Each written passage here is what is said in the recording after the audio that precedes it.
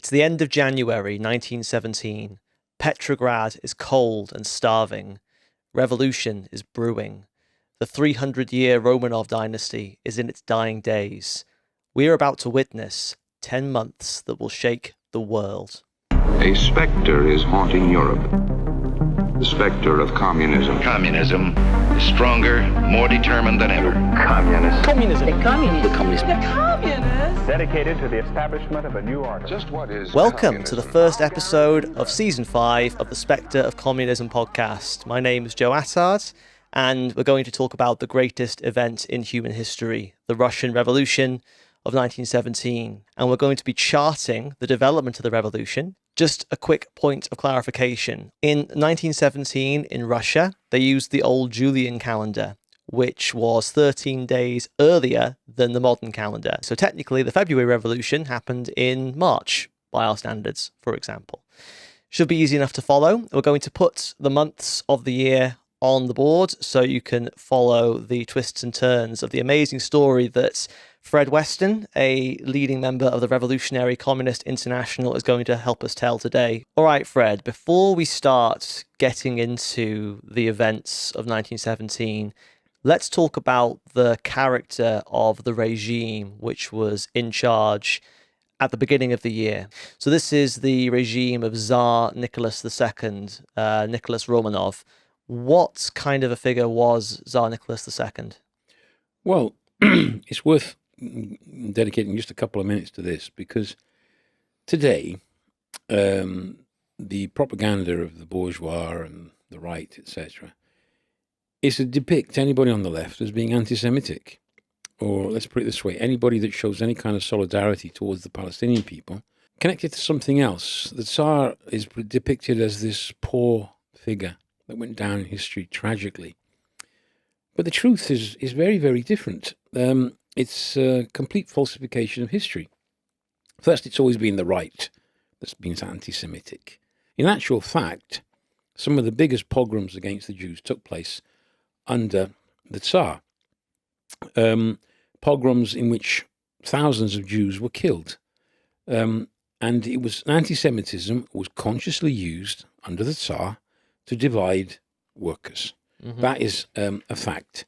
Now, another thing is, this poor man, the monarch, etc. Let's not forget an event, Bloody Sunday of 1905. There have been different Bloody Sundays, but this is in January 1905 in St. Petersburg. There was a peaceful demonstration led by Father Gapon. Yep. They were actually singing God Save the Tsar. This was a procession, a peaceful procession of workers and peasants trying to carry a series of reforms to the Winter Palace to petition the Tsar. That's right. They actually believed if we can get to the Tsar, he will listen to us, right? Mm-hmm. The response was that these people were shot, and there's no exact figure of the numbers, but at least 1,000 were killed on that day. And that shows you what the Tsarist regime was actually like. It wasn't this nice monarch, father of the nation, etc. Yeah, the way it was taught to me in school, because I was taught about the Russian Revolution when I was doing my GCSEs for British viewers and listeners, and I was taught that Tsar Nicholas was a well-meaning family man. Yeah. He meant the best for his country, but he was a bit incompetent, and that was ultimately the reason for his fall. It's a very different picture if you look at the actual facts. 1905, this huge massacre, but that was the beginning of a revolution. The 1905 Russian Revolution. Again, in the period 1905 to 6, during and in the aftermath of its defeat, 15,000 people were killed, 20,000 were injured, and 45,000 were sent into exile. I should say here that we have a new issue of our theoretical journal, In Defense of Marxism, with an article dedicated to Trotsky and the 1905 revolution. I'll put a link in the description. Right. Now, you see, this connects to 1917, because Lenin actually makes a point. We'll touch with this later on. The speed at which the February Revolution 1917 unfolded, Lenin connects it to the experience of 1905. What happened in 1905 is one important question in consciousness the masses have to see through regimes and understand the real nature of them. The nature of the Tsar became abundantly clear to the workers and peasants of Russia in 1905. This experience remained in the consciousness of the masses in spite of the defeat. So in effect, it was a precursor to 1917. It not only revealed the true nature of the Tsarist regime and the Tsar himself. The workers in 1905 built the Soviets, the workers' councils, which will also go down in their consciousness as a method to be used in a moment of struggle. In particular, the St. Petersburg Soviet was right. the leading body of that revolution. St. Petersburg's had its name changed in the intervening 12 years. It's now called Petrograd. Yes. But you see, it was an important moment because it was a big event which had an impact on consciousness. Now, the revolution was defeated. The regime was able to regain control. But if we look at prior to 1917, Russia, it was a country of stark social inequalities. The Tsar himself, obviously, was at the top. The vast majority of people were living in poverty. 80% of the population was made up of the peasantry. Most of them living in very poor conditions. You had an industrial working class, which had emerged on the back of a lot of the foreign investment, British, French, and others. So you had an industrial working class, which is also a peculiarity because it wasn't the small artisan, the small workshops. These were big work places, big factories, directly coming in with foreign capital. But the workers were living in conditions of 6-day week, 10 to 15 hours a day, low wages, barely enough to survive. This was the general condition of the overwhelming majority of the population. These are the material conditions. The First World War only exacerbated even further these conditions. Shortages, a lot of difficulties, soldiers suffering at the front. All this compounded on the conditions that had been prepared, and all of this was in effect preparing the revolution. Let's have a very quick aside and catch up with the history of the Bolshevik Party since the 1905 revolution that you mentioned. So Trotsky is the leader of the St. Petersburg Soviet in 1905. He's not a member of the Bolsheviks at that time, and he still isn't at the beginning of 1917. He's been in neither of the two factions of the Russian Marxists, at this point now parties, the Menshevik faction, the reformist faction that was trying to ally with the liberals, and the Bolsheviks led by Lenin. So what's happened to the Bolsheviks in the period between 1905 and 1917? Very briefly, there was the famous 1903 split between Bolsheviks and Mensheviks. There was the 1905 revolution. What happened after that is that they actually came back together formally into one party. And that's because even Lenin understood, as a Marxist, you have to understand that sometimes what the Marxists understand, what the most advanced layers understand, is not necessarily understood by the mass. Masses tend to learn from experience. And the need for a separate party wasn't so clear. So for a period, actually until 1912, the Bolsheviks and the Mensheviks were two factions of the same party. But that was a period of reaction. It was extremely difficult after the 1905 defeat. From 1906, there was reaction in Russia. A lot of the Bolsheviks, all the labor movement activists were in exile, internal exile, or they had to leave the country altogether. It was also a difficult period to defend the genuine ideas of Marxism. That's the period of 1908 when Lenin has to deal with the question of philosophy, combating idealism. His book on imperial criticism is Lenin's fight for the fundamental ideas of Marxism, i.e. dialectical materialism. In a situation of defeat, you get all kinds of demoralized elements emerging, all kinds of alien ideas, and you're really against the stream in a situation like that. It was in 1912 that the final break took place, And it's also a period where the labor movement is beginning to recover from about 1910, 1911. And it's not just in Russia. Prior to the First World War, the labor movement was actually on the rise. And the First World War, when it breaks out, cuts across that temporarily because of the nationalism, because of the war effort. Yeah, you rally around the flag at the That's outbreak right. of a war. So there was, the early days of the war were difficult.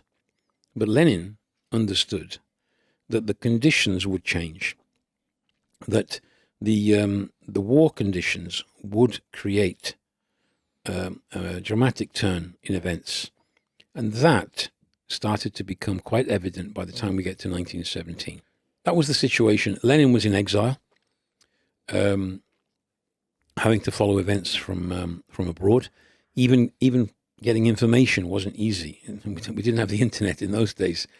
So he had to depend on, obviously, correspondence from the interior and reading the bourgeois press that was available. The Bolsheviks already had important influence in some of the key factories. For instance, amongst the Putilov workers, they had a base. And that would become a key element in the revolution itself as it unfolded. Let's begin with the start of the year. We'll put it on the board. January 1917. You've got huge bread queues. You've got bread riots, given the shortages.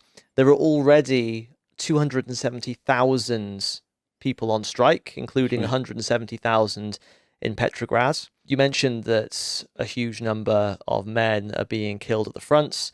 The war has been a disaster for the Russian army. There are stories of soldiers being sent into conflict without any guns and being told to just pick up rifles from the dead. They're dying in their droves. But not only that, that has sucked manpower out of the cities and out of the countryside because the majority of soldiers were peasant conscripts.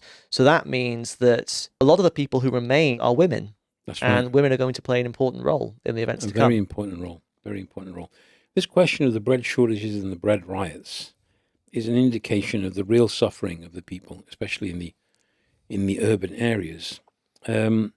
Just a little aside, when they talk about, it was just Russia. In August of 1917, in Turin, you had shortages of bread, you had bread riots, and the women were leading that protest, and hundreds of them got killed. They got shot at by the Italian army. This was 1917, Italy. They were also in war. Similar conditions. It's a separate discussion. We could have a completely separate discussion on this. But it was an international situation that was emerging. And Russia was, in effect, in the vanguard of this process. They were the most advanced. But there was another significant element. In Petrograd, there were already 3,000 members of the Bolsheviks. The reason I emphasize that is the presence of such a party is what is going to determine the difference between what happened in Russia and what happened in Italy. All right, well, let's move into February. The Russians attempt to counterattack on German troops, but it crumbles nevertheless. Their allies, which includes the British and the French, are pushing Russia to launch a new offensive. And this is only adding to the pressure on the domestic situation.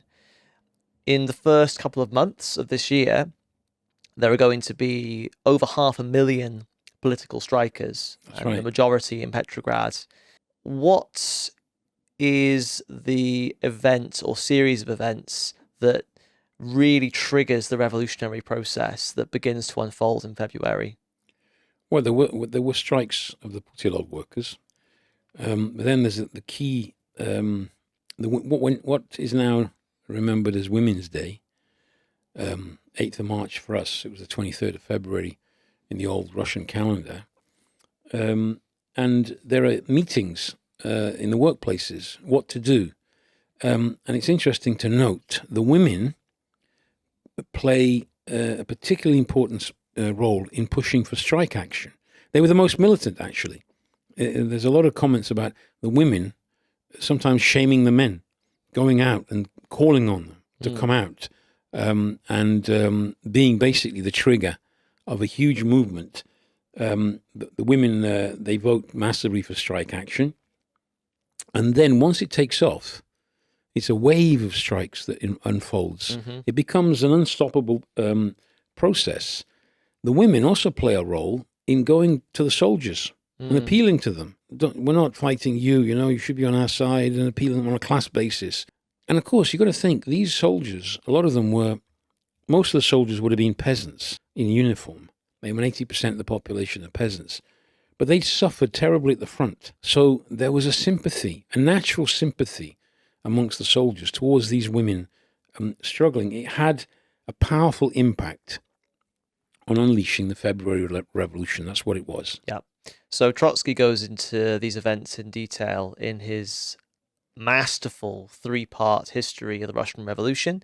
I'll put a link in the description to where you can buy those books. He says that on the 23rd of February, the women, against all advice, so against the advice That's of right. the Mensheviks, the Bolsheviks, they go for strike action.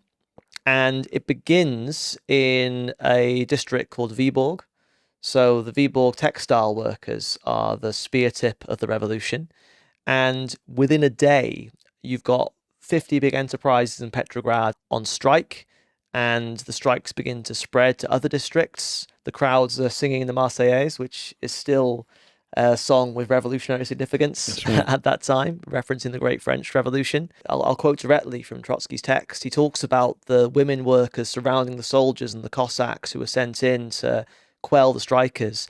They screamed, "We have husbands, fathers, and brothers at the front." So they're shaming these, That's right. these armed bodies of men who've been sent to crush the revolution. By the 25th, 240,000 workers are on strike, and the city is effectively at a standstill.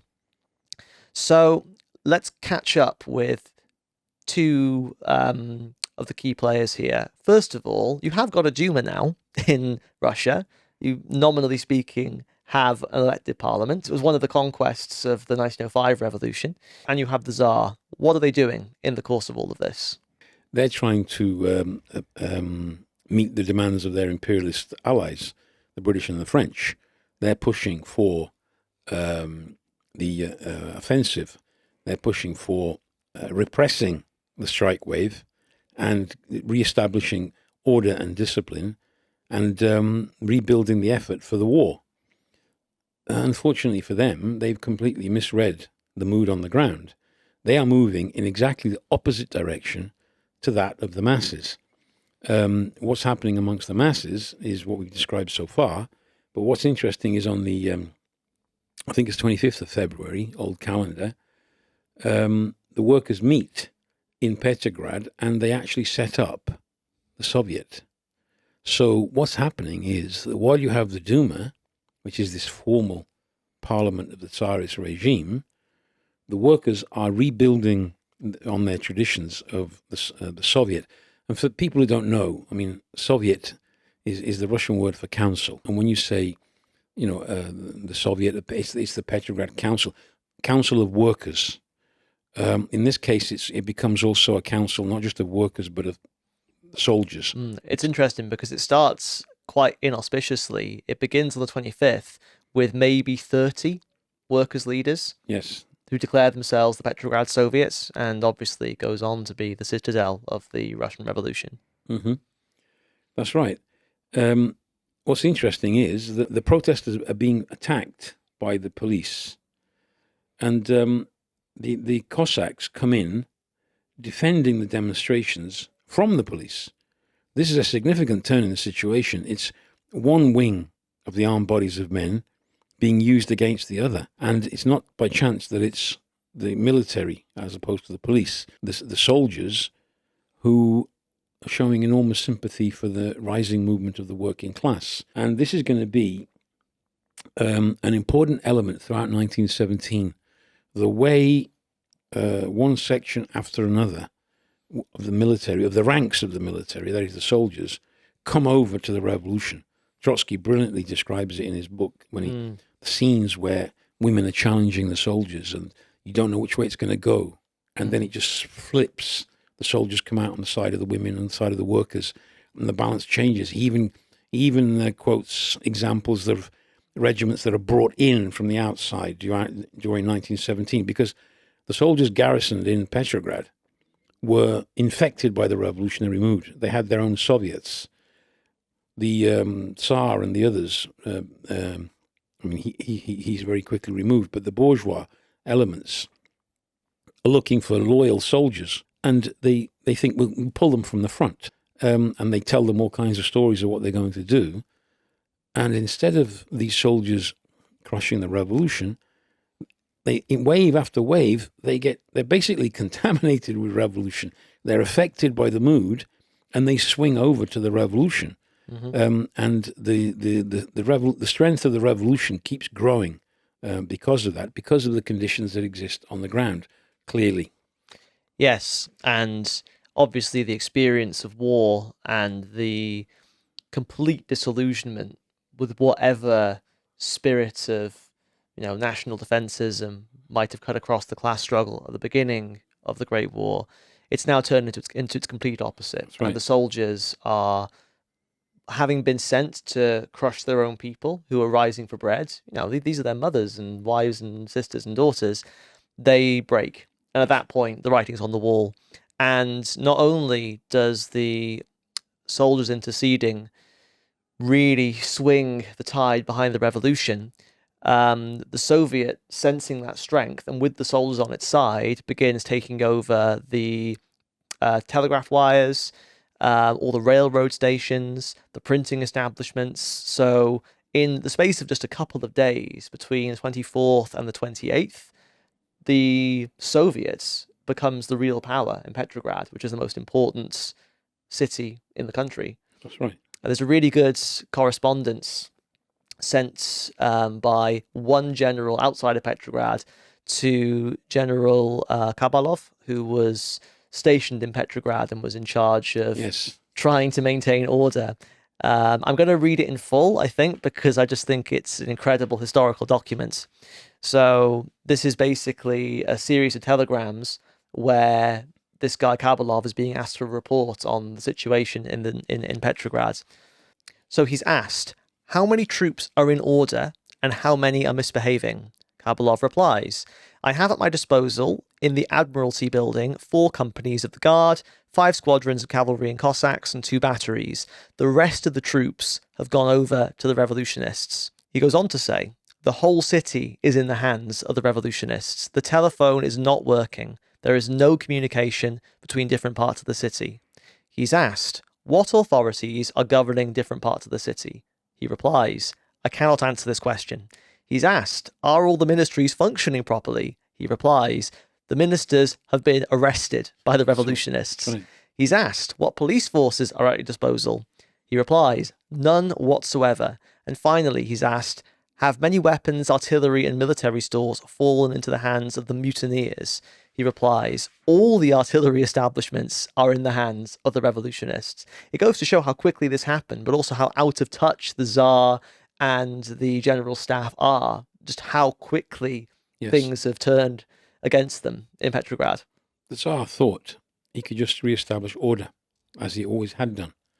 Even in 1905, in spite of the revolution, they were able to crush it. He thought he could do the same again. Didn't realize the extent of the changes that had taken place, the changing consciousness of the masses. And this emergence of the Soviets as a power that actually runs things, administers things, and is elected in the workplaces. The soldiers elect their Soviets, the workers elect theirs. And the Soviet starts to be seen as a legitimate power. Once that happens, the ruling class is in trouble, because once the working class have a body that's seen as a legitimate expression of the working people, which has greater authority for some than the old established institutions like the Duma, like the monarchy, etc., then what you have is what we would call, Marxists call, dual power. You have 2 powers. One is the old institutions of the old state, and the other one is a rising power that emerges within the working class. And the fact was that a lot of things could not happen without the permission of the Soviet. So the Tsar is in total denial initially. The Tsarina, his wife, initially telegrams him, "Oh, the city is quiet," Yes. which shows just how out of touch they all were. But in the end, even someone as boneheaded as Tsar Nicholas can't ignore reality. And the Duma, much against its own instincts, previously it was dismissed by the Tsar in the course of this revolution in February, and it goes, yes, fair enough, we respect the law and we respect the Tsar's order, but in the end, under pressure from below, it decides to take power, and there is a provisional government established. That's right. So you have a situation where there's a provisional government whose job is to be a sort of caretaker until everyone can figure out what comes next. And you have the Soviets, which, as you say, at least in Petrograd, is the real power. And you have a tension between those two seats of power. So we're entering into March. But before we finish with this revolution, the February Revolution, what sort of role have the Bolsheviks played in this revolution? Because they had 3,000 activists, but I can't help but notice that they don't assume the leading positions of either the Soviets or in the provisional governments. So what role do the Bolsheviks play? Well, the Bolsheviks are actually a minority in the Soviets in the early stages. The two parties that benefited the most from the rise of the Soviets were the Mensheviks and the Social Revolutionaries, who had a much more compromising position towards the provisional government that was coming into being. Their position was that this was going to be a democratic revolution, a bourgeois revolution, and the role of socialists would be to support the bourgeoisie. Obviously, if this is the Russian bourgeois revolution, like the French Revolution, who's coming to power? The bourgeois are coming to power. They're the same position in 1905. Yeah, and therefore, their view was the Soviets, the workers' movement, the working class, should support the bourgeoisie in carrying out this revolution. Now, the Bolsheviks, I mean, they came out calling for the 8-hour day, take over the feudal lands. They called for a constituent assembly because the provisional government wasn't yet a democratically elected government as in a normal bourgeois parliament. It was, as you said, it was like a caretaker government until they could work out what was going to happen. But the Bolsheviks were a minority, but it wasn't just a question of the Bolsheviks being a minority. I think here we can underline the fact that there was actually, a lack of understanding of the true nature of this revolution amongst some of the leading Bolsheviks in Russia. Remember, Lenin is in exile. He's far away in Switzerland. And what you have is the mass of the working class at this stage, and Trotsky makes the point when he's looking back at this period, that the Mensheviks and Social Revolutionaries expressed, in effect, the level of consciousness of that moment, which was a desire for unity, a desire for democratic rights, a desire for a democratic regime, and the clear class differentiation hadn't yet emerged. So the Bolsheviks, being a minority, did come under the pressure of this mood. And that was reflected in their approach to the provisional government. This is what emerges. A lot of the Bolsheviks, all the socialists who were in internal exile in Siberia and other places, started to come back to the main cities, and the question of the provisional government comes up, and what position to adopt towards it. Now here, it's interesting. Here, I do want to quote.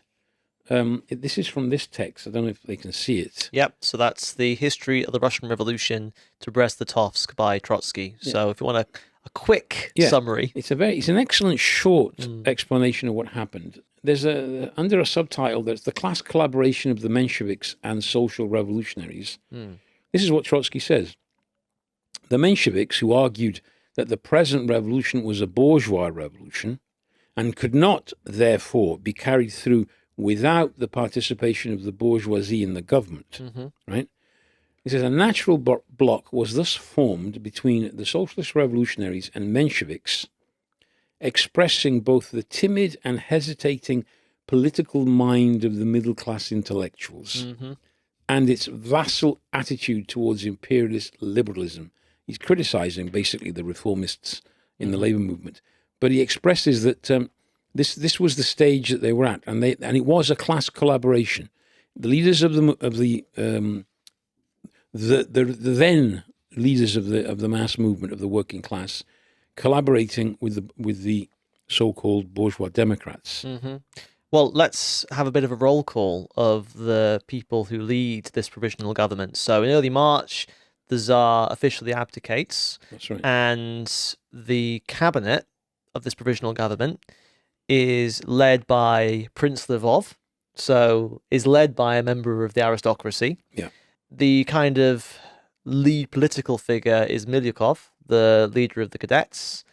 He's the main The cadets liberal. are a bourgeois party. Yeah, the bourgeois liberal party. And just to cite a name which we'll come back to, the Minister of Justice is a guy called Kerensky, who's going to play a more important role later on. But if you look through the different ministries, it's all landowners, aristocrats, and capitalists. The Tsar is gone. The property classes. Okay, the Tsar is gone, but the interests represented by this new regime don't look all that different to what the workers have just overthrown. That's right. In effect, these bourgeois elements are catapulted to power in spite of themselves. They didn't work for this. This was not a conscious bourgeois revolution by revolutionary bourgeois elements.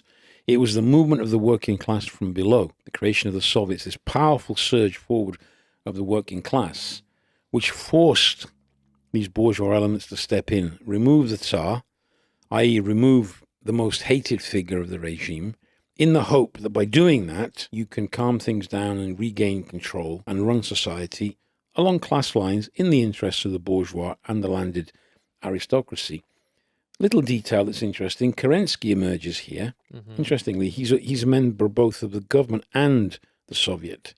In fact, he's presented as a kind of the representative of the Soviet in government. He plays a dual role. Yeah, is he in the Social Revolutionaries? I think, yes. So just in case anyone's not aware, the Social Revolutionaries they emerged as the political wing of the Narodniks, or the Narodnik movement, which was a roughly anarchist, terrorist, petty bourgeois movement. Peasant-based. Yeah, mainly peasant-based. It was sort of the first serious revolutionary movement in Russia. The Social Revolutionaries, who have a right and a left wing, as we'll see later, were the political arm of Narodnism. There's another figure that appears here who will play a role later on, General Kornilov. Ah, yes, made commander of Petrograd. Put a pin in that name. He will be an important figure later on. These are famous names, obviously, which will play out throughout 1917. Now, as you said, the Tsar finally abdicates. Now, the question is the bourgeois capable of ruling in this situation? Because the monarchy is finished. What are they going to replace it with? You have this provisional government, and what you have is a halfway house between a genuine bourgeois government with full control, facing a very powerful labor movement that controls a lot of the administrative Just to tasks. throw in a detail about that. So Milyukov, the great liberal, people say that if it hadn't been for the Bolsheviks, that Russia would have been this liberal democracy and would never have suffered all the terrible crimes of Stalin and so on. Milyukov, the great bourgeois liberal, supported the ascendance of Mikhail Romanov They were trying yes, that's right. the throne. And he actually said to Mikhail, if you refuse, nothing can hold Russia together. So the liberal Democrats of Russia, they didn't even trust themselves to be able to govern Russia to the direction of democracy. They wanted to have a monarch as a figurehead. They were desperate to maintain the image of the monarchy, which had like encapsulated, the state, had in the past been a tool to maintain national unity, holding down the classes, but the Tsarist monarchy had been massively undermined. Yeah, and even Mikhail recognized that because he refused. He actually fled the coup, which meant that the provisional government had to stand on its own 2 feet.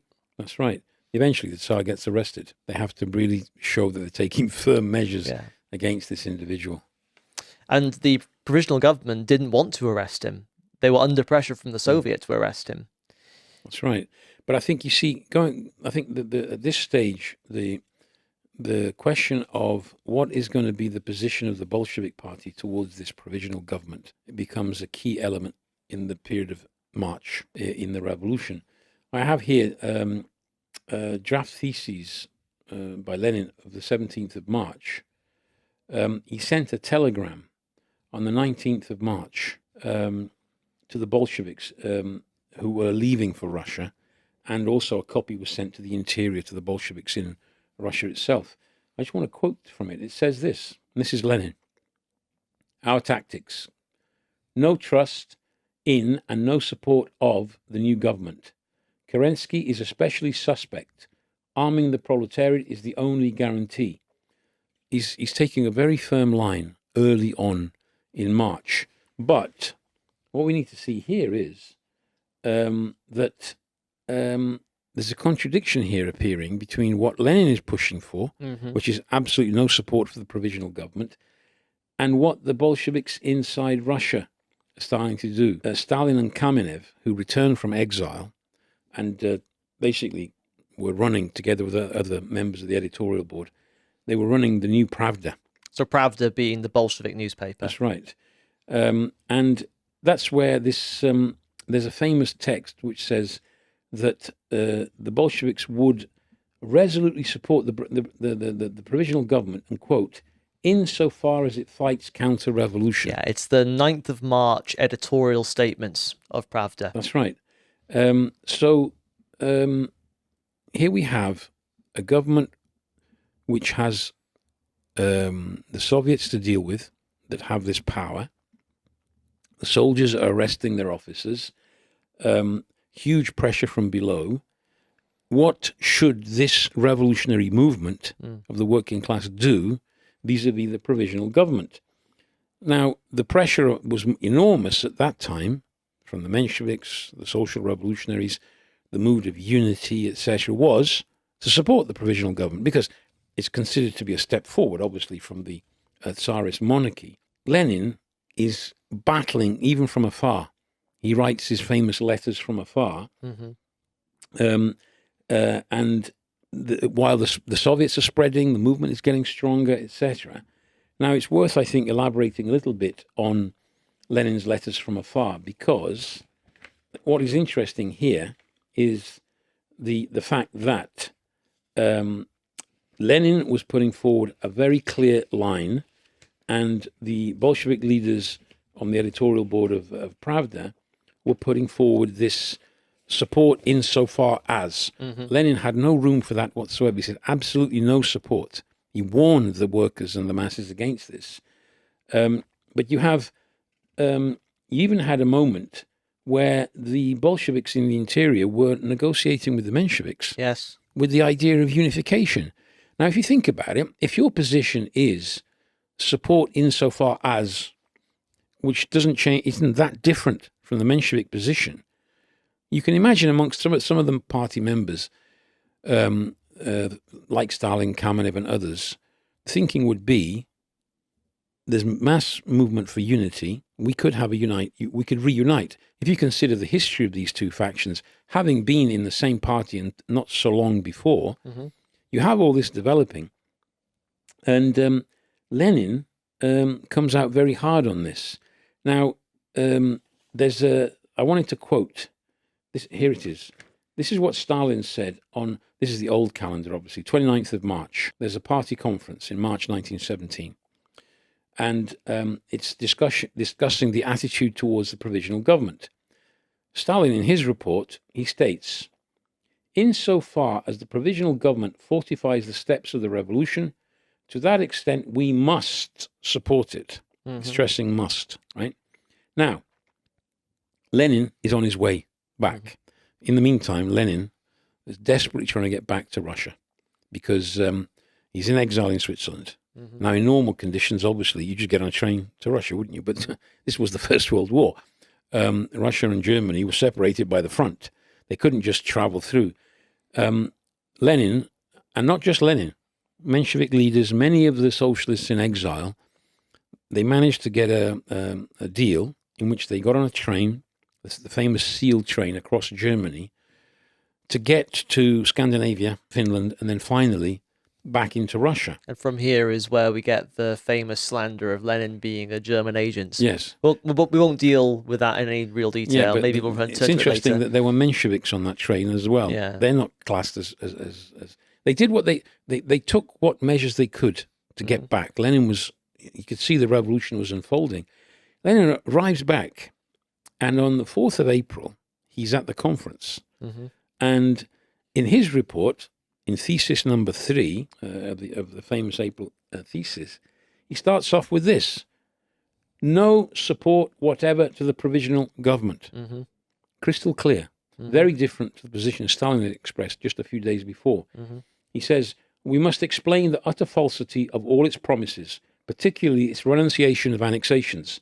There must be exposure instead of impermissible illusion, breeding demand that this government, the government of the capitalists, cease being imperialistic. You're basically saying any idea that you can support this government is creating illusions in the nature of this government. We must be totally opposed, so therefore no support. But I tell you, there's something else about the letters from afar. I've got them here. There is a quote. Yes, this is a quote from Lenin, right? In his letter, in his first letter from afar. It was the only one that was published, by the way. Mm-hmm. It says, this is Lenin being very, very clear. Mm-hmm.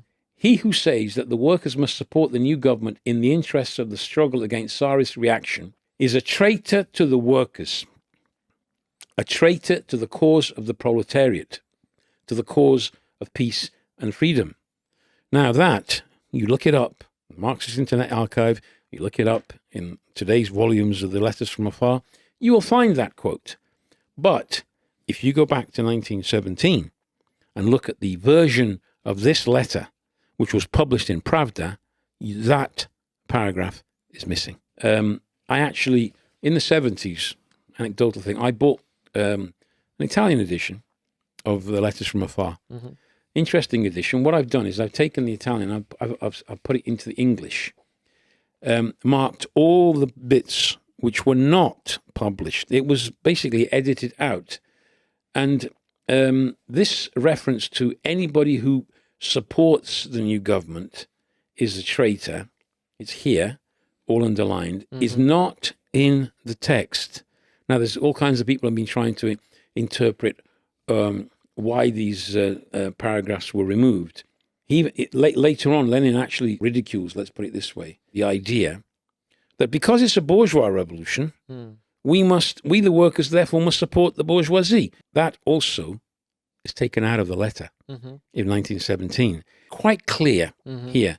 The line of the editorial board of Pravda before Lenin arrives is one of bending to this pressure and giving some credence to the provisional government. Lenin, in his telegrams, in his letters, is making it absolutely clear that one of the basic points on which the Bolshevik party stands is no support for this provisional government. We must expose the nature of the provisional government. You see, because Lenin was able, compared to the other leaders, he was able to think ahead. One thing that Lenin understood, observing the events of February, was that this was a workers' revolution. This was no bourgeois revolution. The working class had led and promoted the movement. He understood that, therefore, the nature of the coming revolution, and he always referred to this February revolution as the first step. Yes. He's always referring it to the first. There's another step to come, which is power to the workers. Now, he understands that, and he can see in perspective. That is the difference. He thinks, let's put it this way, he thinks dialectically. He can see how the conditions are going to change the pressure is going to build up. The contradiction between what the masses want and what the provisional government is fighting for will become abundantly clear. Well, let's dig into that a little bit, because at this point, two of the main demands arising from the revolutionary masses are to resolve the question of wages and conditions, to resolve the hunger, to improve the living standards of the working class, to end the brutal exploitation, but also to get out of the war. And already the provisional government is dragging its feet on offering basic concessions around hours. It's not improved the situation as far as the starvation of the cities goes, let alone in the countryside. And on the war, the provisional government is dead set on remaining in World War One. But not only the provisional governments, Stalin and Kamenev have the same position. I've got a quote from Kamenev from March. So in this period where Lenin is passing his letters from afar to Pravda and they're all being censored, Kamenev said, "When army faces army, it would be the most insane policy to suggest to one of those armies to lay down its arms and go home. This would not be a policy of peace, but a policy of slavery, which would be rejected with disgust by a free people."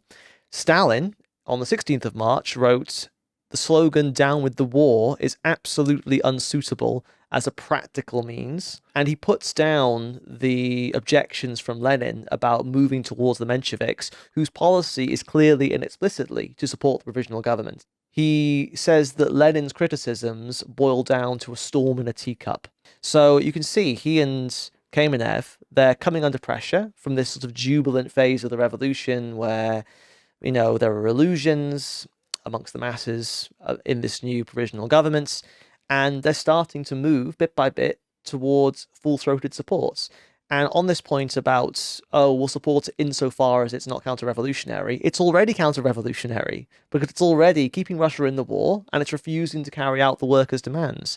So this is the context within which Lenin's writing his letters, furious at the fact that Pravda is either refusing to publish them or publishing them in mutilated form. What happens is that they only actually publish the first letter. Right. In two parts. And that letter was brought by Kollontai physically. Kollontai, Alexandra Kollontai was a member of the Central Committee of the Bolshevik Party. She was in exile with Lenin. She brings the letter back and it's published in two parts. But as I said, it was edited. But I have here the second letter. It's called The New Government and the Proletariat.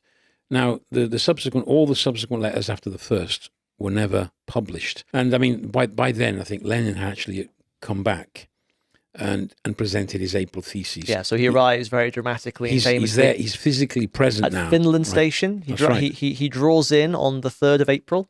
And he makes a famous speech. Yep, to much fanfare. But you see, in the second letter, which is published later in the 20s, he says, look, the proletariat cannot and must not support a war government, a restoration government. And he's very, very insistent throughout this. He talks about the need to organize, expand, and strengthen a proletarian militia to arm the people under the leadership of the workers. Lenin is very, very clear throughout this. The April theses, and comrades who are listening, I mean, it's not a very long text. They should read it together with other texts that back it up. Yeah, we'll link it below. Because the April theses were written by Lenin for the famous conference that he read them out, basically. Yeah. And it's basically Lenin here is carrying out a battle to sharpen the position of the Bolshevik Party, to correct the mistakes the leaders were making. And he actually shocks a lot of them. They don't understand where Lenin is going with this. I just add the editorial notes with which the April theses are published in Pravda on the 5th of April. So this is the voice of Stalin and Kamenev, who were the leaders of the editorial board. Lenin's theses are his own views. That's right. So to be clear, nothing to do with us. We don't endorse or stand by these ideas that Lenin's coming back from exile with.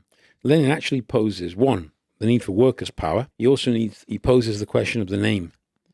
They had been called the Social Democrats up until then. The Social Democrats, by now, internationally, were the parties that had voted for the war credits and betrayed the working class in one country after another. Yeah. Lenin feels the need to distinguish the Bolsheviks. He poses the question, we've got to call ourselves by what we really are, which is communists. And he also raises the question of the need for a new international, because the leaders of the other parties, the Social Democrats in other countries, had betrayed. The other leaders of the Bolshevik Party, they do keep a distance from this position initially. But obviously, Lenin has, one, the power of argument. It's not just that he's this powerful individual. He argues his case, which actually fits the situation, not by chance. A lot of the worker Bolsheviks instinctively agreed with Lenin because they can understand the situation on the ground better than the so-called leaders. In the meantime, the army mutinies continue. 1.2 million desertions from the front in April. Lenin actually said, when he was speaking at the Bolshevik Petrograd City Congress, he said, old formulas don't apply today. We must patiently explain to the masses all power to the Soviets. Now, on this it's worth also stressing, what does all power to the Soviets mean at that particular moment? Does it mean all power to the Bolsheviks? No, it does not.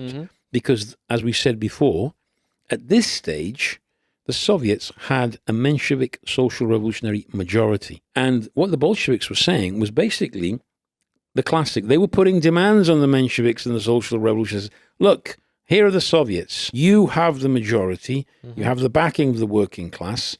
All power to the Soviets was take the power. But it's a way, I mean, I'm sure Lenin understood these guys were not going to do that. It's a way of dialoguing with the masses. Yes. Telling the workers, look, the power is there to be taken. These are your leaders. These are the representatives the working class had voted for, basically. Yes. There's actually a really good quote from an article called On Slogans by Lenin, where he makes this point. I'll quote it in full, I think. He says, apparently not all the supporters of the slogan, all power must be transferred to the Soviets, have given adequate thought to the fact that it was a slogan for peaceful progress of the revolution. So he's reflecting on this after the fact. Peaceful not only in the sense that nobody, no class, no force of any importance would, in this period, have been able to resist and prevent the transfer of power to the Soviets. As we've said, the provisional government has limited support, the army's falling apart, the Soviets were virtually unstoppable. That is not all. Peaceful development would then have been possible, even in the sense that the struggle of classes and parties within the Soviets could have assumed a most peaceful and painless form, provided full state power had passed to the Soviets in good time. So what he's basically saying is, look, the Bolsheviks don't lead the Soviets, but they are the mass body of workers' power. They have the authority of the working class. So you guys, by which he means the Mensheviks and the social revolutionaries, you lead the Soviets, so you take the power. And after that, we'll just debate it out. We'll debate it out within the Soviets peacefully. That's right. He saw the Soviets as an expression of workers' power. And at that stage, there was still talk of a Soviet government, but in the sense of what?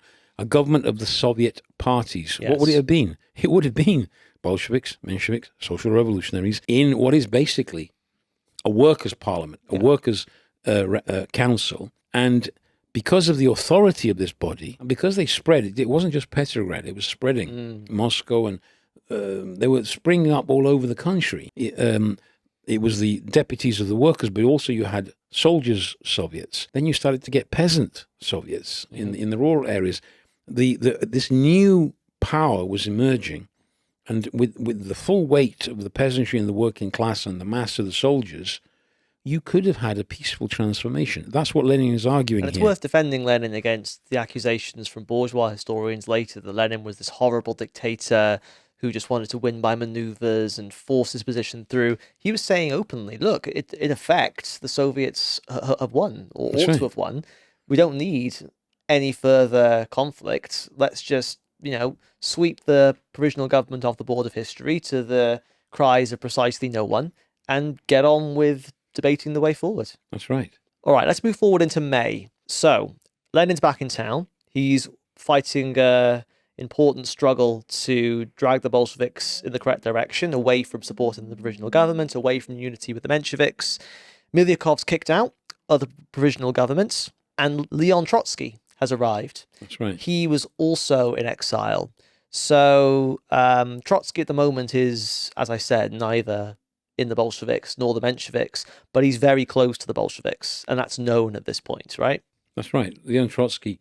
He was actually there was a group with a few thousand members, which eventually were all brought into the Bolshevik Party and they fused.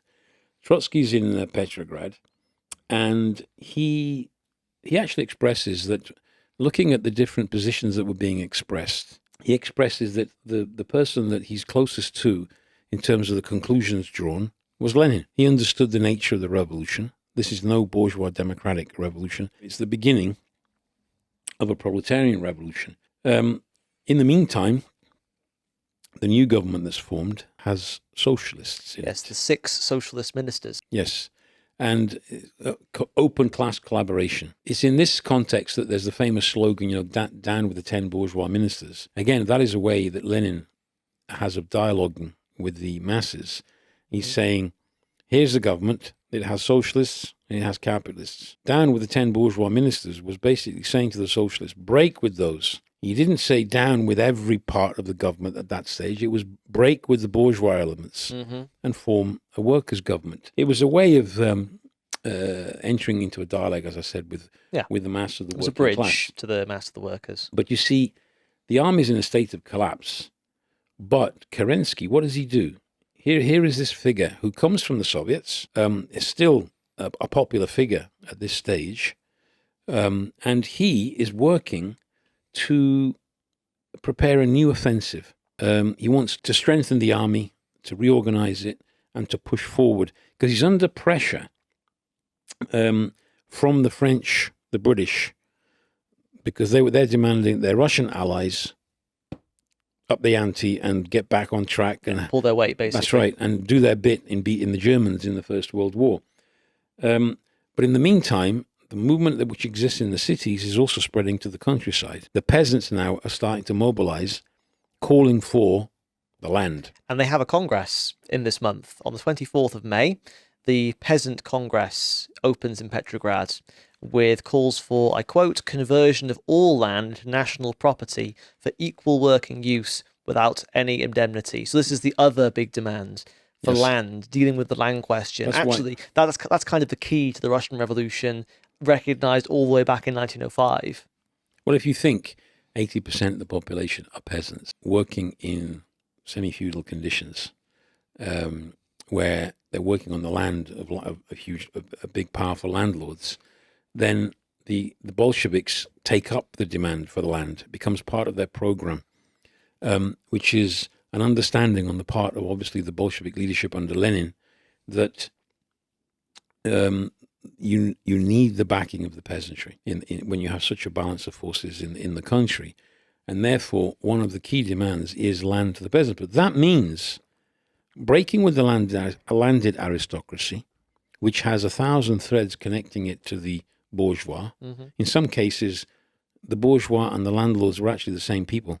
They were landlords that had invested in industry. They were connected to each other. Therefore, the land question couldn't be resolved simply by saying, okay, we'll have a land reform. It meant expropriating these landlords. And that's why the Bolsheviks took up the question of the land as part of their program. But in this period, May, June, that we're talking about, the Bolsheviks are growing because of their principled stand of opposition. And again, to quote Trotsky, he says, this is in the text we quoted earlier on, he says, to look through the Russian papers for May and June of 1917, when the minds of the people were being prepared for the offensive, there's a huge propaganda for the offensive, there's almost all the articles, without exception, in all the official and semi-official organs were directed against the Bolsheviks. Because of the principled stand and the firm stand that now Lenin had established as the position of the party, because they were against the war, they were seen as the enemy within. And they were seen as a hugely disturbing factor, let's put it, in the plans of the bourgeois, which would be, if it had been for the Mensheviks and social revolutionaries, with the socialist ministers in the government, they were collaborating. They would have collaborated, and they did collaborate, in the idea of the offensive, national unity, all the rest of it. But you had this annoying party called the Bolshevik Party, which was a minority, but a well-known minority. It wasn't a tiny little group. It had important positions in the Soviets. It had important party leaders.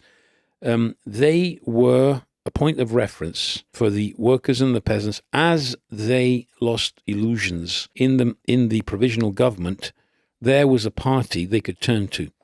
That's why all the attacks, the rabid attacks in the press against the Bolsheviks went on in that period. But you see, the economic situation is worsening now. Yes. In June, you have the inflation is increasing. Yeah, prices are now 6.5 times 1913 prices. That's right. But the position of the Soviets, Lenin has won over the Bolshevik Party to this position, but the position of the Soviets remained still support for the provisional government. So inside the Soviets, there's a battle between the Bolshevik wing and the others. And as I said, they're still a minority. Kerensky is determined in June to carry on with the offensive. And the Bolsheviks keep growing because of their principled opposition. But you see, when you say, they were divisive, they didn't want unity. No, they were standing out with a principled position, and they were offering the alternative, in the process growing. Yes. This is what is happening in this period. And particularly in Petrograd, they start to become a significant force within the Soviet. This is, in effect, the vanguard city of the Russian proletariat. And the role the Bolsheviks play in Petrograd will prove to be crucial in the whole revolution, because they're such a clear alternative with influence in the labor movement, although a minority.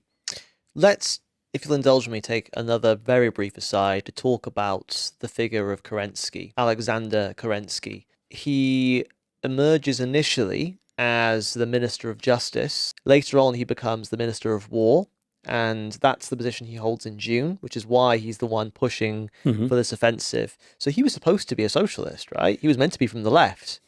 That's how he's seen. So what kind of a figure is Kerensky? Well, Kerensky is your classic reformist who thinks that you can, first of all, no confidence in the socialist revolution, no understanding that this is preparing the social revolution. He sees this he as the bourgeois democratic revolution, the establishment of some kind of bourgeois democratic regime, which obviously entails accepting a capitalist class in power, and therefore having to compromise with them and carry out the needs of the bourgeoisie. In this moment, the war effort was a need of the bourgeois. So Kerensky is actually, in effect, becomes an agent of the ruling class inside the labor movement, because he still had influence. He still was a man of the Soviets, as well as being in the government. And he's playing a role that if the Bolshevik Party hadn't been present, Kerensky would go down in history as the man who betrayed the Russian Revolution. That's the figure he tried to. Whereas elsewhere, you have many Kerenskys that appear in history who do successfully betray the revolution because there isn't the equivalent of a Bolshevik Party. That's the role that Kerensky's playing. So we're in the middle of June. Kerensky, Minister of War, is determined to carry on the offensive on the Eastern Front. But the Soviet Congress, the first Congress of all the Soviet deputies from around Russia, is scheduled to convene in June, and he delays it until after that Congress, which goes to show how powerful the Soviets were. What happens at that Congress?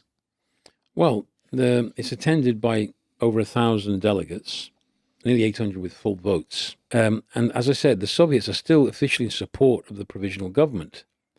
In this conference, the Bolsheviks are a minority, and we look at the Soviet Congress delegates, just to give an idea of the balance. 285 socialist revolutionaries, 248 Mensheviks, and 105 Bolsheviks. That shows you the balance of forces within it. The leading Menshevik, Tsereteli, at the Soviet Congress says there is not one party today which would take power. But Lenin is there, and he shouts from the floor, "There is." And clearly the Bolsheviks are standing out. But as I said, the figures show the overwhelming majority for the social revolutionaries and the Mensheviks here. And Kerensky here is where Kerensky is determined to carry out his offensive. In the meantime, the Bolsheviks are taking leading positions. They now control the majority of the workers' section of the Soviet in Petrograd, which is an important development. They're emerging as a force. Now, the Soviet Congress, there was pressure for a Bolshevik demonstration. The Soviet Congress moves to stop the Bolshevik demo. This would have basically been a show of force, It would have been a show of force, that's right. But now what happens in the end is we get to July, where the Bolsheviks have a dilemma they're facing. They understand how advanced the workers of Petrograd are. They now, in the workers' section at least, the Bolsheviks are a majority. So the workers are putting pressure on the leadership to act. Yeah. We should say as well, just to preempt something that will become really important later, the Soviets was building up its own armed bodies of men. You had big workers' militias that had been established throughout the country with thousands of workers under arms that were prepared to defend the revolution by force. You had garrisons going over. Exactly, in their entirety. Yeah. So it was the Soviet actually had an armed wing now. Here we see the role of leadership. The Bolsheviks understand one important question. Petrograd is the most advanced, let's say, point of the revolution. The rest of the country is still behind let's say, the consciousness of the masses in Petrograd. The Bolsheviks understand that if there's a premature attempt to take power in Petrograd, in the conditions of that moment, reaction could have found sufficient forces to crush Petrograd, and it would have been a defeat of the revolution. The crushing of the vanguard would have mean the end of the revolution.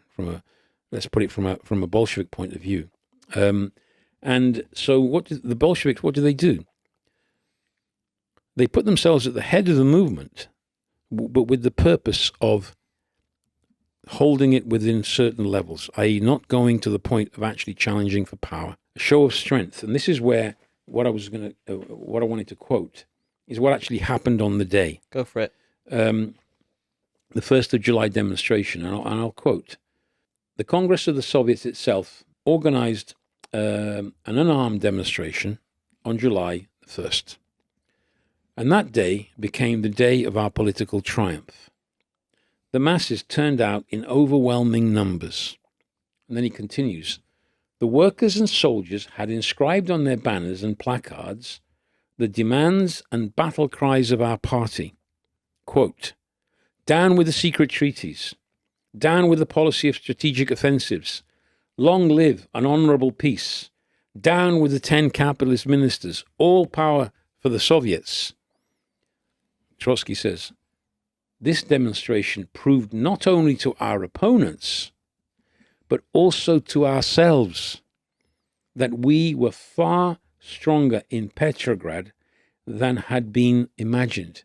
It was a show of strength to the working class as a whole, but it also showed the party itself how deep its influence had seeped into the masses of Petrograd when the workers were coming out with all these banners with Bolshevik slogans. It was a warning to the bourgeois, the regime, to the government, how strong the Bolsheviks were becoming.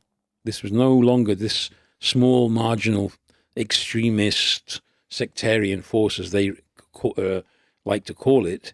It had now become a significant section of the working class and had the leadership of an important section of the working class. And that marks a turning point in the situation. There's another side to it, of course.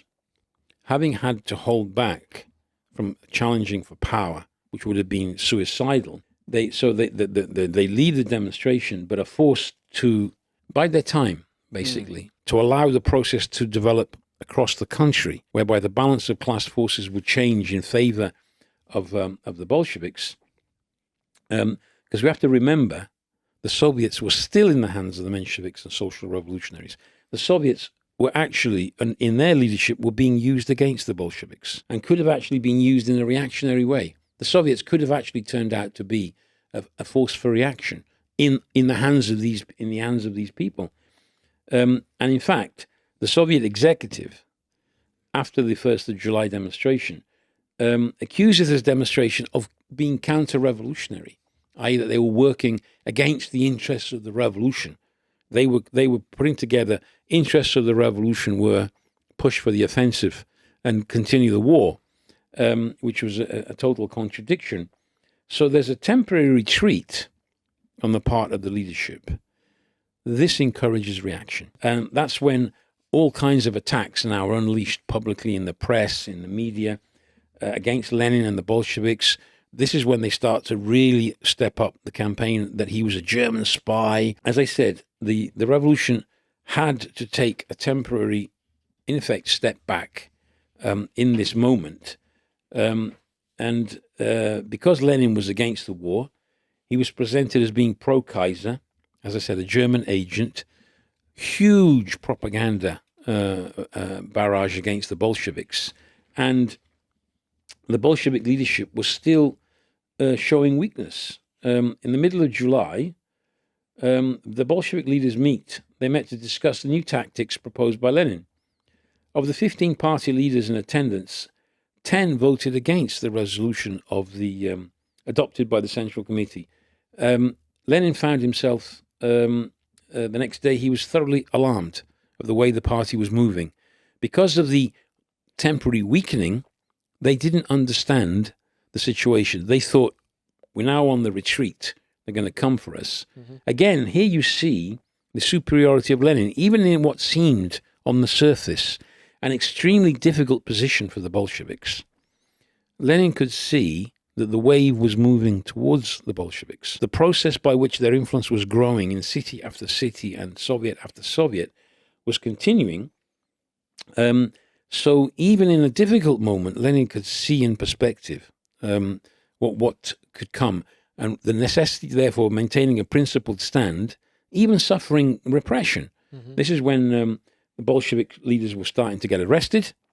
This is when Lenin was forced into exile. Yeah, he was against it initially, but he was persuaded. Against it. He was persuaded by the other Bolshevik leaders. I think on that one, thank goodness, because they probably would have tried to kill Lenin at that particular moment. Well, Lenin thought they would. Yeah. He even said, I think, in one of his correspondences after he fled, if they bump me off, here's some things I'm working on that maybe you can ensure get to the ranks. He went into exile, into hiding in the underground in Finland, whereas the other leaders like Trotsky and others ended up in prison. That's when he writes State and Revolution. People think, well, in the middle of a revolution, here's Lenin dedicating time to a book, writing a book. Here we have to underline the question of theory. Why did he write a book called State and Revolution at this key moment in the revolution? Because an understanding of the state was absolutely necessary, because it was clear that the lack of understanding, particularly amongst the Mensheviks and the social revolutionaries, but even within the wider movement, having illusions in the institutions of the state could have undermined the revolution itself. Lenin stresses in State and Revolution the nature of the bourgeois state and what is necessary to combat it. So he's writing this text. Now, the things continue to move on. The Bolsheviks are getting stronger. Kerensky is seeking a compromise, while Kornilov is preparing the counter-revolution. Well, let's set this up a little bit. So Kerensky eventually this month takes over as prime minister. So he's head honcho now. He's still overseeing this disastrous offensive, which is falling apart. And a guy that we mentioned earlier, General Kornilov, takes over from General Brusilov as the head of the Russian armed forces. Mm-hmm. So he's now the main military man in the country. We should also say that this was the point where all of these slanders against the Bolsheviks appear in the press. A general arrest warrant goes out for all the leading members, including Lenin, and it's to the absolute shame of the Mensheviks, the social revolutionaries, at least their right faction, that they all endorse this. That's right. They all come out saying that the Bolsheviks should be arrested as counter-revolutionaries, as German agents. They endorse all of these poisonous slanders from the bourgeois. But Trotsky puts out a statement where he says that he ought to be arrested as well because he endorses the Bolsheviks' position entirely, and they oblige, and he is arrested as a result of that. But it's worth emphasizing that because I've heard some people in the Stalinist tradition, even to this day, who argue that Trotsky only joined the Bolsheviks at the last minute when victory was assured. It was quite the opposite. He joined at a very dangerous time when all of the leading Bolsheviks were being arrested and thrown in jail. That's the point where Trotsky joined. He joined officially in August, but he's obviously about to join at this stage. They had been working together, Yeah. de facto, since the revolution broke out. In actual fact, Lenin and Trotsky had the same analysis after February. Lenin had come round to the understanding that this was not going to be the democratic dictatorship of the proletariat and the peasantry. Mm-hmm. This was going to be workers' power, with the working class leading the revolution and getting the support of the peasantry. Before we go into August, a quick word on slogans then, because throughout the revolution, the main slogan the Bolsheviks take up to resonate with the widest layer of the revolutionary masses is peace, so end Russia's involvement in the war, bread, win better conditions, end the hunger, and land. Deal with the land question. For the peasants. They've also had, since April, Lenin's slogan, since he won around the ranks of the Bolsheviks, all power to the Soviets. Lenin starts to have doubts whether the Soviets will ever be won round. And he even looks at the lower down into the structures of the labor movement, the factory committees, for instance, which were, in many cases, ahead of the Soviets, because they were much more reflective of the mood on the ground, because a factory committee can be changed quickly. The mood changes, if necessary. You elect the more militant workers who represent that mood change. Mm-hmm. Whereas the Soviets still had a procedure where they'd been elected in the previous period. And even though they were much more flexible and much more elastic, say, than the bourgeois parliament, there was still some delay. So the leading bodies of the Soviets did not reflect the changing mood on the ground. So there was this moment in which what is going to be the instrument which leads the working class to power? And there was a question mark over the question of the Soviets. But meanwhile, the Bolshevik Party, 100,000 in mid-July. By the end of July, the figure, I think, is 175,000. The party's getting stronger and stronger in the workplaces, in the neighborhoods, amongst the soldiers, and a new situation is being prepared. Well, let's move into August. What happened at this stage? What happened at this stage is that Kornilov steps in. Kornilov attempts to launch his counter-revolution. Just going back to what you were saying about Trotsky and Lenin, there is Raskolnikov in his memoirs. He refers to, he says, Trotsky's attitude to Lenin was one of enormous esteem. He placed him higher than any contemporary he had met. No differences existed between the tactical line of Lenin and Trotsky. And then talking about Trotsky, he said, all of us old Leninists felt that he was ours. Mm-hmm. This was now, they come together as a force, Trotsky and Lenin. And it's in August, Trotsky in prison, Lenin in exile, that Kornilov launches counter-revolution. Kerensky now finds himself in a very tight corner because he wants to crush the revolution of the Bolsheviks, but he doesn't want to be crushed. And he sees in Kornilov, if Kornilov wins, he won't just crush the Bolsheviks, he'll destroy the whole democratic regime that emerged from the February Revolution. So Kerensky is actually forced to fight back. This is where, again, we see the superiority of the leadership of the Bolshevik Party. The Bolsheviks, even though they were in prison, right, then they were released as part of this process, they offered a united front to Kerensky on this question. They never abandoned their criticisms of him, but they put at the disposal of the defense of the revolution all the forces of the Bolsheviks. Lenin has a great analogy where he says, we shall use Kerensky as a gun rest to fire at Kornilov in defense of the revolution. That's right. And the Petrograd military defense is actually led by the Bolsheviks. The Bolsheviks understand this is not the moment to turn your guns on Kerensky. This is the moment to unite to stop Kornilov.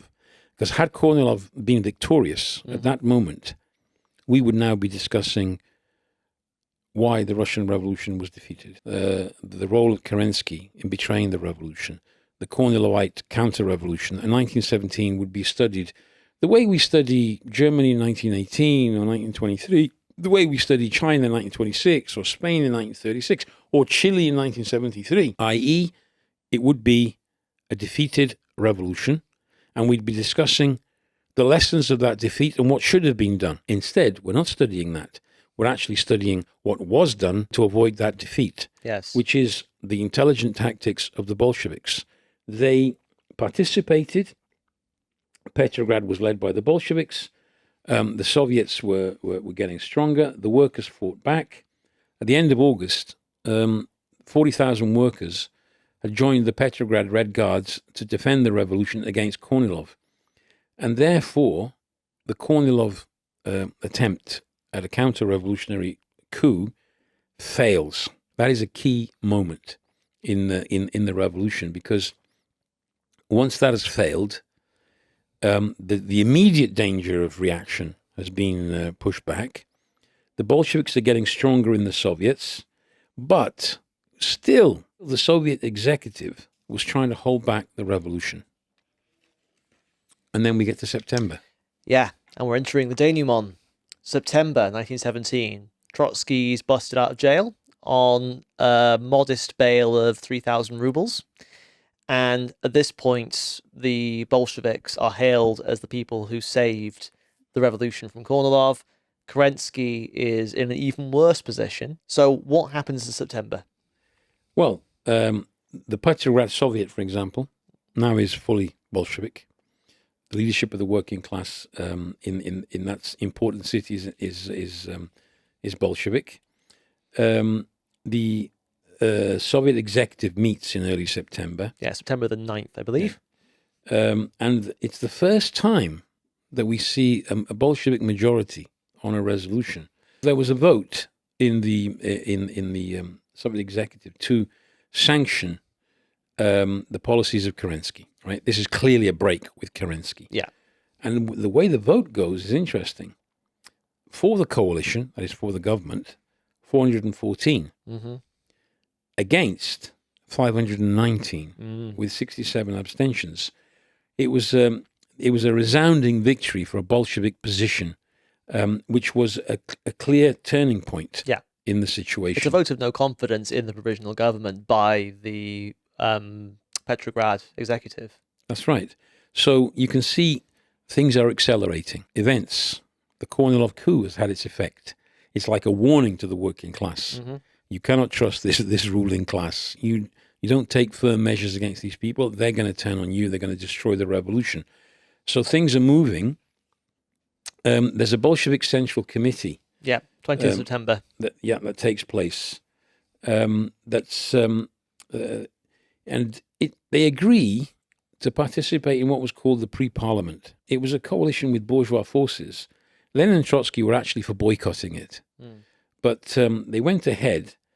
But within it, Lenin fights for his position. He's exasperated by the way the CC is delaying taking serious action. He actually threatens to resign at this point. Yes. Lenin realizes that we've got to boycott the pre-parliament. We can't participate in any of this.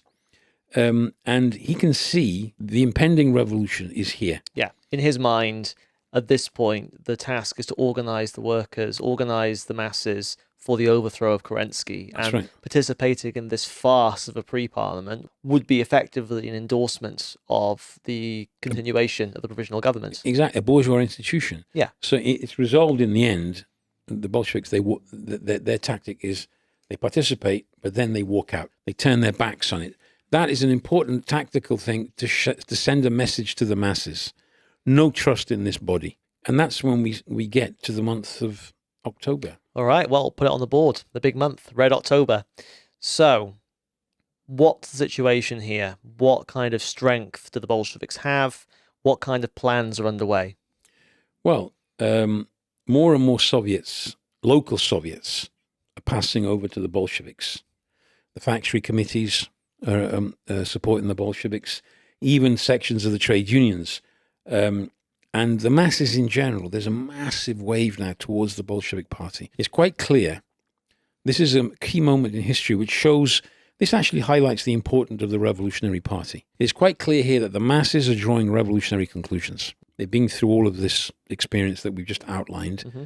They've seen the threat of counter-revolution. They've seen the threat of a bloody putting down of the revolution by Kornilov, successfully defeated by whom? The Bolsheviks played a key role. They've seen through Kerensky and all his maneuvers, and the workers are moving towards revolutionary conclusions. The great thing about the October 1917 is the presence of the Bolshevik Party, with its now hundreds of thousands of members, and with a leadership under Lenin and Trotsky that were in harmony with the mood of the masses. And you see workers' militias, they count in their ranks now between 70 and 100,000. And there's a body called the MRC, the Military Revolutionary Committee. That's set up on the eve of the revolution, practically. Yes, at the initiative of Trotsky, I believe. Yes, and Lenin sends a letter to the Central Committee urging them to decide on the seizure of power. He says, the moment has come. Yeah. You've got to decide the day of the insurrection. Now, the Soviet executive, the leadership of the Soviets, is still narrowly Menshevik and social revolutionary. It still has that majority. But the factories are with the Bolsheviks. The working class is moving towards the Bolsheviks. Now, on the 10th of October, there's a secret strategy meeting held by members of the Bolshevik Central Committee in Smolny. And that's where Lenin calls for the immediate uprising. The moment has come to strike.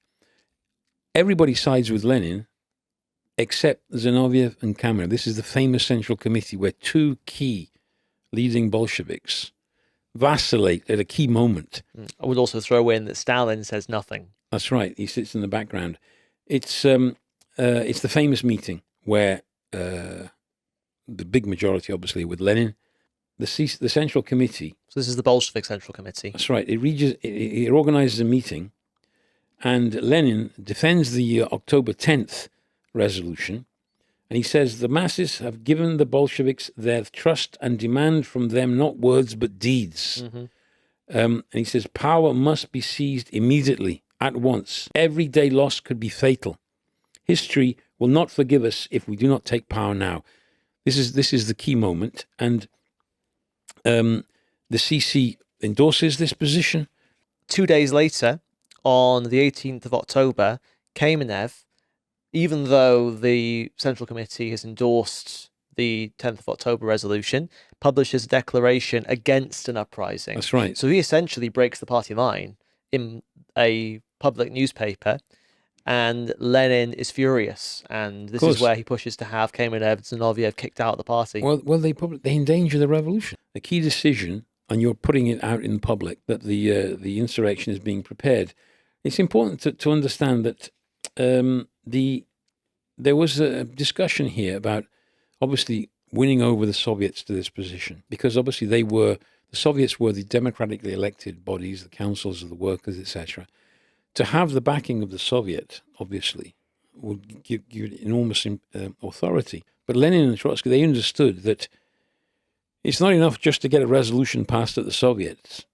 You've got to prepare it. You've got to have the garrisons prepared. You've got to have the soldiers prepared. You've got to have the workers in the factories prepared. So when that decision is taken, everything has to be in place to act very quickly, because the bourgeois were furious. They were organizing. They were mobilizing their forces. There was a barrage in the press against the Bolsheviks. Everything was being done to try and destroy the Bolsheviks as they were expanding and growing and starting to become the leadership that was going to lead this revolution. Trotsky speaks to the soldiers, and he urges them to take power. He understands, obviously, the role of the garrisons in the hands of the Bolsheviks. The Petrograd Soviet now endorses the Military Revolutionary Committee, which is basically the general staff running the military side of the revolution. Kerensky can see in the Military Revolutionary Committee the threat to his power, to bourgeois power. He tries to crush the committee, but obviously fails. He gathers troops to try and crush it, but he hasn't got enough forces. the revolution is too powerful, it's surging forward. And then you have the Second All-Russian Congress of Soviets in Petrograd. Yeah, on the 24th of October. That's right. Now, this is where the majority appears. The Soviets, in effect, are constantly being renovated through elections in workplaces, elections in the local areas, and a majority emerges on the Soviet for the Bolshevik position, which is the Soviets should take power. Kerensky and the General Staff, they're pushing for the Military Revolutionary Committee to be arrested. And Kerensky appeals to the pre-parliament to mobilize, to destroy the Military Revolutionary Committee. And the Mensheviks are desperate to stop this process unfolding, to stop the revolution from unfolding. But in spite of all the efforts of Kerensky, the Mensheviks and the others, the revolution continues to rumble forward under the leadership of the Bolsheviks.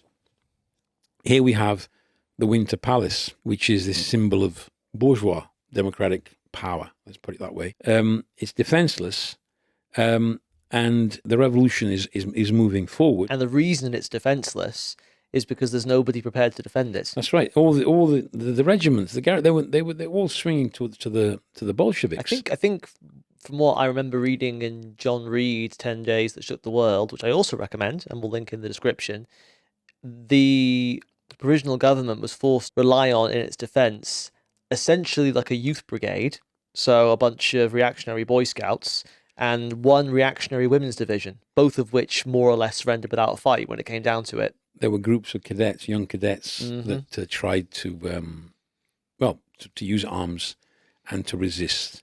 But the force of the power that now had built up around the Soviet, led by the Bolsheviks, was such that, for instance, the Aurora ship under the Military Revolutionary Committee sails up and threatens the cadets openly. Under the control of the famous Kronstadt sailors. That's right. They were very loyal to the Soviets. They occupied the state banks. They took over the telephones, etc. Power was being taken over systematically. And they discuss what they're going to call the new government at this stage. Lenin proposes that it be called the Council of People's Commissars, which is what it becomes known as. The sailors backed the revolution.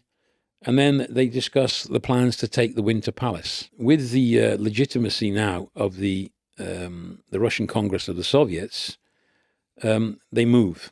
Let's talk about that majority again quickly, though, because the reason the Bolsheviks have a majority of that Congress is because they ally themselves with the left wing of the Social Revolutionaries. That's right.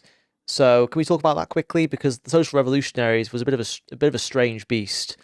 Well, the Social Revolutionaries, as you said earlier, they went back to a tradition, the Narodniks, populists, etc. But in the process of the revolution, the Social Revolutionaries underwent different pressures. A left wing and a right wing emerged. The right wing were openly collaborating with Kerensky, with the bourgeois. The left, because the left were based more on the proletarian elements, they were actually gravitating towards the Bolsheviks. In fact, they collaborated, they cooperated. There was even a point where they were offered joint government, the Social Revolutionaries. Now, this is where the question of the Winter Palace is discussed. The defences, as you said, have folded. And there's no resistance to the Military Revolutionary Committee. It is so powerful because there is such huge mass support for it that the taking of the Winter Palace actually proves to be a very easy operation because, as you said, there's no one left to defend it. Well, it's part of the reason that bourgeois historians try to claim that the October Revolution was a coup. They use the fact that it was so smooth and so apparently seamless to suggest that it was all just a conspiracy of a small number of men under the control of Lenin and Trotsky. But it's not true because the party had hundreds of thousands of members by now. and the backing of millions. You could not have had such a powerful movement taking power for the working class if you describe it as a coup. A coup is not a revolution. A coup is a plot by a small minority maneuvering with military forces against the majority.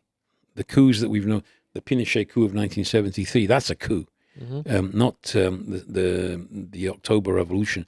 The October Revolution was millions of workers led by the Bolshevik Party, winning a majority in the Soviets and declaring the taking of power. That's what it was.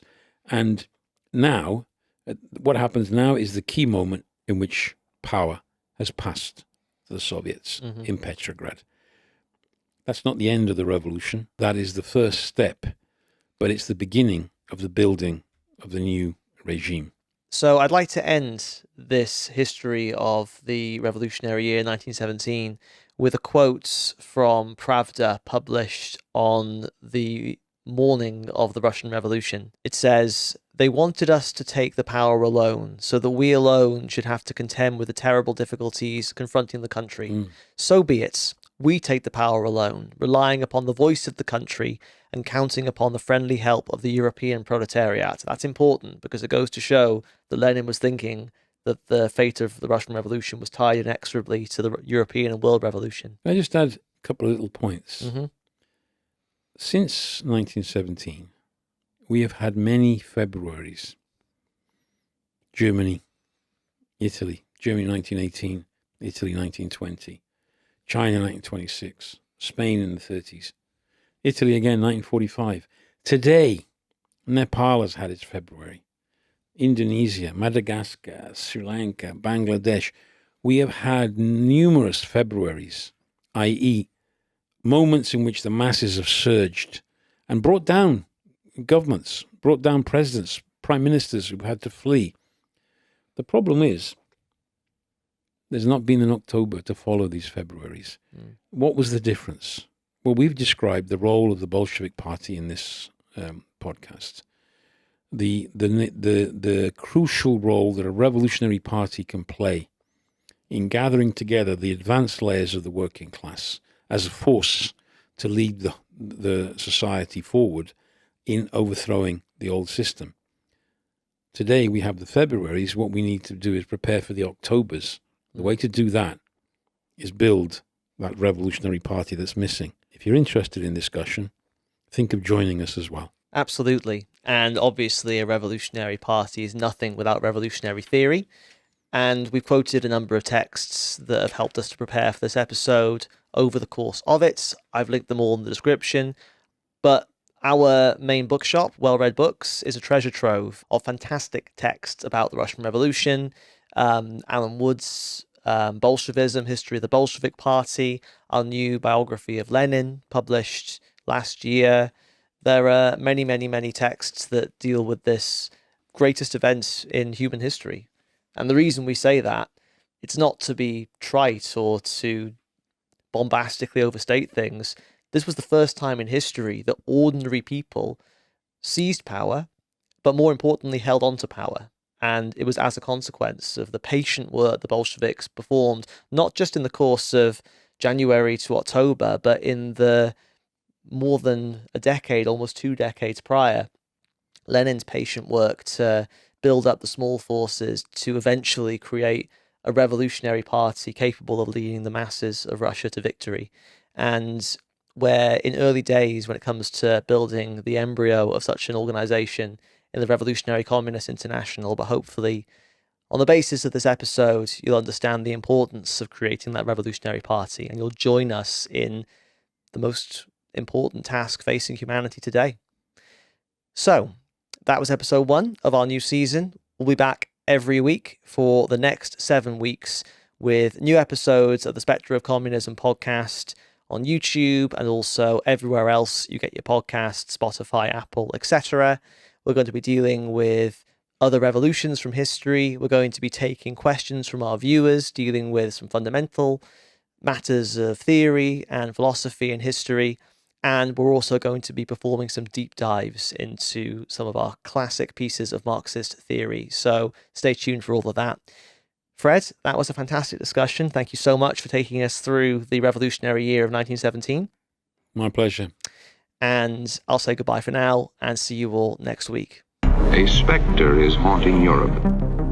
The spectre of communism. Communism is stronger, more determined than ever. Communism. Dedicated to the establishment of a new order. Just what is communism? I'll guarantee that 10 minutes from now, a lot of you are going to have a new understanding of communism.